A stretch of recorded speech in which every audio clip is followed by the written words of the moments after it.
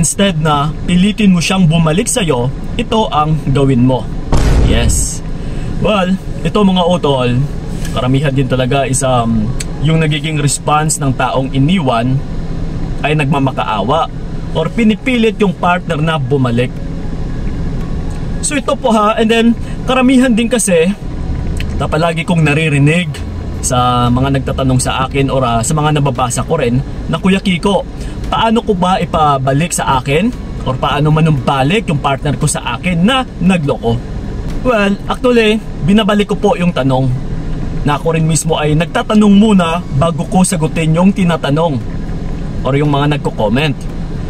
Na yung tinatanong ko is okay lang ba sa'yo na babalikan ka ng taong nagloko na sa'yo?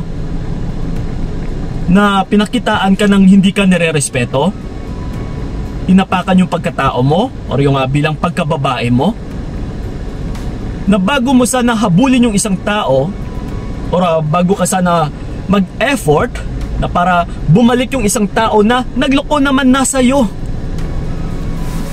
So kailangan mo itong itatak or itanong sa iyong isipan na, uy, oo nga no, kailangan ko pa ba siyang tanggapin?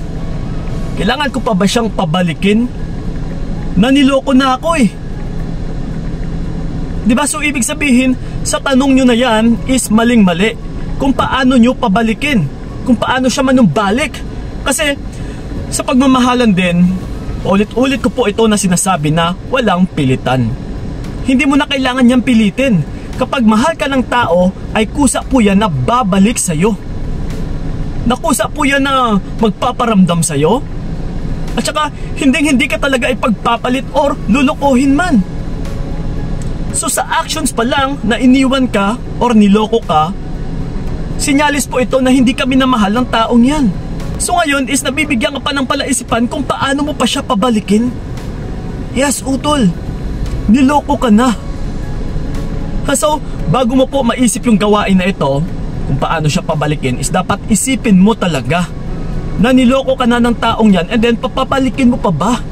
Kailangan ko pa ba siyang mapabalikin? Kailangan ko pa ba siyang habulin?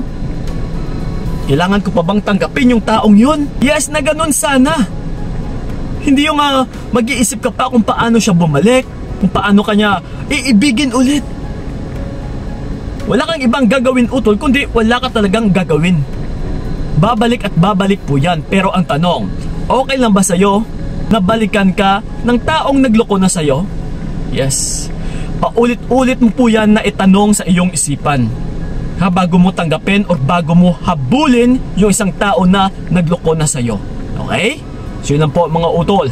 Maraming salamat. So ingat kayo. God bless and babush! Hindi na lang ikaw ang aking ginusto. Binigay ko lahat para wala kang masabi.